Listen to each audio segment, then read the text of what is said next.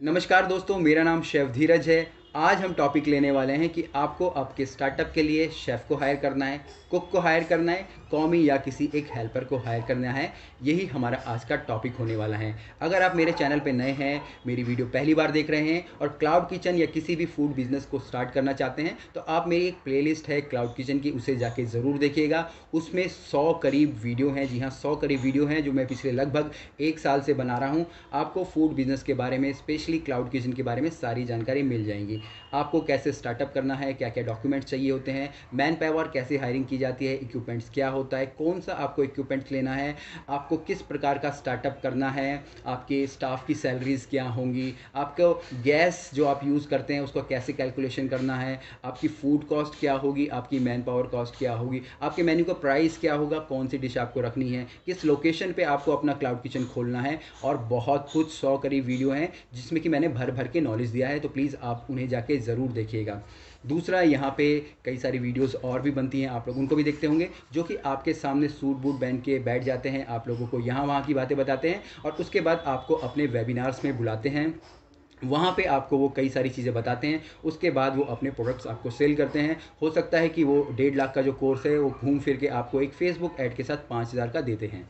उसके पहले मैं ये नहीं कहूँगा आपको नहीं लेना चाहिए, आप लीजिए, आपकी मर्ज़ी है, पर उससे पहले आप उनका बैकग्राउंड ज़रूर चेक कीजिएगा क्योंकि मेरे पास कई सारे ऐसे कमेंट्स आते हैं, कई सारे मुझे लोग बोलते हैं कि ऐसी वीडियोज़ बन रही हैं जो कि आज से पहले मैं आपका मैरिज ब्यूरो खोलना सिखा रहे थे, आपको टिकटॉक पे कैसे पैसे कमाते हैं वो सिखा रहे थे, लड़कियों की गंदी गंदी पोस्ट अपने थंबनेल पे लगा के अपने अपने ये यूट्यूब के थंबनेल पे लगा के आप लोगों को बेच रहे थे, पबजी से कैसे पैसे कमाते ये सीख रहे थे, लोगों को सेलिब्रिटी की तरह पैसे कैसे कमाना ये सिखा रहे थे। अब आपको वो क्लाउड किचन का बिजनेस सिखा रहे हैं, तो आपको ये खुद अवेयर होना पड़ेगा। मैं कह रहा हूँ, आप मेरी बातों पे यकीन मत कीजिए, आप मेरी पुरानी वीडियोज़ जाके देखिए, मेरे को लिंक्डइन पे देखिए, मुझे इंस्टाग्राम पे देखिए, मुझे फेसबुक पे देखिए, मुझे ट्विटर पे देखिए, उसके बाद आपको यकीन होता है तब जाके आप हमसे कांटेक्ट कीजिए। वैसे ही सेम आप दूसरों के लिए भी अप्लाई ज़रूर कीजिएगा, क्योंकि मैं नहीं चाहता हूं कि आप लोग जो स्टार्टअप करने की सोच रहे हैं, आप लोगों का जो सपना है वो टूटे, क्योंकि जब सपना टूटता है तो बहुत ही ज़्यादा बुरा लगता है। चलिए फिर से टॉपिक पे वापस आते हैं।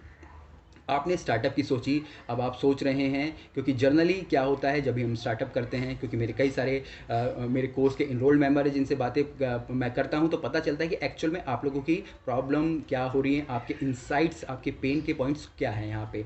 तो आप लोगों को लगता है कि अगर आप एक शेफ़ को हायर कर लेंगे तो उसकी सैलरी थोड़ी ज़्यादा होगी, एक कुक को हायर कर लेंगे उसकी सैलरी थोड़ी कम होगी, पर एक्चुअल में ऐसा नहीं है। किचन में ढेर सारी पोजीशंस होती है, एक लंबी चौड़ी पोजीशंस होती है जिनको कि आपको समझना होगा। यहाँ पे मैं 4 मेन ले रहा हूँ, जो कि मैंने आपको बोला, शेफ़, कुक, कॉमी और हेल्पर, ये 4 पोजीशंस के मैं बारे में आपको बता रहा हूँ, ताकि आप अपने हिसाब से हायर कर पाएँ कि आपको आपके स्टार्टअप के लिए क्या चाहिए। सबसे पहले यहाँ पे कुक और हेल्पर, ये हमारे इंग्लिश के शब्द हैं। कुक का मतलब होता है खाना बनाने वाला, हेल्पर का मतलब होता है आपको जो खाना बना रहा है उसकी हेल्प करना। वो हेल्प किसी भी प्रकार की हो सकती है, चाहे वो साफ़ सफाई के लिए हो सकती है, वेजिटेबल की कटिंग्स के लिए हो सकती है, आपके वो स्टोर्स ला सकता है, आपकी डिलीवरीज कर सकता है, या कुछ भी काम जो भी आप उसको बोलें। अब जो ये कुक होता है, कुक कई प्रकार के हो सकते हैं, ये मल्टी कुजीन हो सकते हैं, जो कि एक कुक जिसको इंडियन खाना बनाना भी आता है, कॉन्टी खाना बनाना आता है, चाइनीज़ खाना बनाना आता है, और कम्प्लीटली वो एक्सपीरियंस बेस्ड होता है। सेम हेल्पर भी इसी प्रकार से होता है। हेल्पर थोड़े समय के एक्सपीरियंस के बाद कुक के रूप में डेवलप हो जाता है।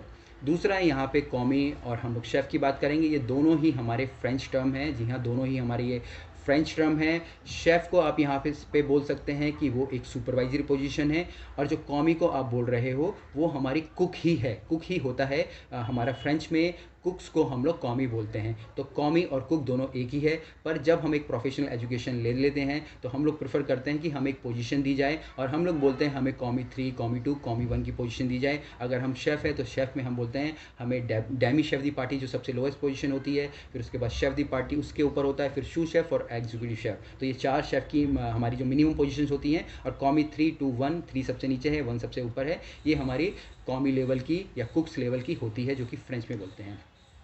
अब यहाँ पे जब भी आप स्टार्टअप कर रहे हैं, आपको यही ध्यान रखना है कि आप कितनी सैलरी किसी को पे करना चाहते हैं। ये ऐसा यहाँ नहीं है कि अगर आप ज़्यादा सैलरी देंगे तो आपको एक अच्छा शेफ़ मिल जाएगा और आपका स्टार्टअप अच्छा चलेगा।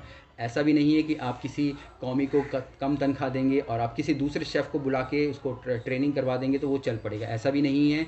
कई जगह बोला जाता है कि आपको सेल्फलेस आपको सिस्टम्स बना दिए जाएंगे, पर एक्चुअल में जब आप ग्राउंड रियलिटी पे आप आते हैं तो आपको सब कुछ वो धराशाही दिखता है, एक्चुअल में कुछ भी नहीं होता है। आपको ऐसे लोगों को ढूंढ के ही रखना पड़ता है आपके पास जो आपको मैन पावर दे सकें और आप लोगों को अच्छे बंदे दे सकें या आप खुद ही अच्छे लोगों को ढूंढ सकें। तो ऐसे कनेक्शंस होना बहुत ही ज़्यादा ज़रूरी है इस इंडस्ट्री में। इवन एचआर वाले लोग जो अच्छे शेफ़ लोग होते हैं उनके पीछे लगे रहते हैं कि हमें प्लीज़ बंदे दे दीजिए, प्लीज़ बंदे दे दीजिए। और जो आप ये सेल्फलेस शेफ़ का जो बात करते हैं वो एक तरीके से मेरे तरीके से आज तक मैंने कहीं भी कारगर नहीं देखा और ना ही ये होता है। इवन अगर आप चाहेंगे कोई आप एक गाँव से किसी को पकड़ के लेके आ जाएँ और वो आपके लिए चाइनीज़ खाना या इटालियन खाना बना देगा, आप उसको 10 दिन की ट्रेनिंग दे देंगे तो कहीं ना कहीं देखेंगे कि वो 11वें दिन वही गलती करेगा। आपको उसके ऊपर एक सुपरवाइज़र फिर से बिठाना पड़ेगा और उसकी सैलरी जो आप एक शेफ़ को दे रहे थे, एक कुक को या कौमी को दे रहे थे, वो उससे ज़्यादा है क्योंकि वो सुपरवाइज़र है। तो जब भी आप अपनी हायरिंग करें, आपको जो बंदा चाहिए आप उसकी प्रीवियस सैलरी देखिए, वो क्या मांग रहा है, उसकी मांगे क्या है। हो सकता है कि वो बोल रहा है कि मुझे तनख्वाह कम दे दीजिए पर मुझे रहने और खाने के लिए दे दीजिए। ये सारी चीज़ आप कंसीडर कीजिए, फिर उसकी सैलरी आप डिसाइड कीजिए। ये नहीं है कि अगर वो कुक है तो वो कम तनख्वाह लेगा या वो शेफ़ है तो ज़्यादा तनख्वाह लेगा। तो आपको अपने हिसाब से चॉइस करनी है। तो चलिए वीडियो को मैं यहीं ख़त्म करूँगा। अब आप पता लगा पाएंगे आपको आपके लिए कुक, कौमी, हेल्पर या फिर शेफ़ हायर करना है। कुछ भी क्वेश्चंस हो, कमेंट्स हो, आप मुझे नीचे लिख सकते हैं या फिर आप मेरे क्लाउड किचन के कोर्सेज़ को भी इनरोल कर सकते हैं। मेरे व्हाट्सअप का नंबर नीचे दिया गया है, आप मुझे कॉन्टैक्ट करिए। मैं आपकी पर्सनल जो प्रॉब्लम्स है उनका सोल्यूशन करने की ज़रूर कोशिश करूँगा। तो चलिए फिर मिलेंगे एक नए वीडियो में, तब तक के लिए जय हिंद।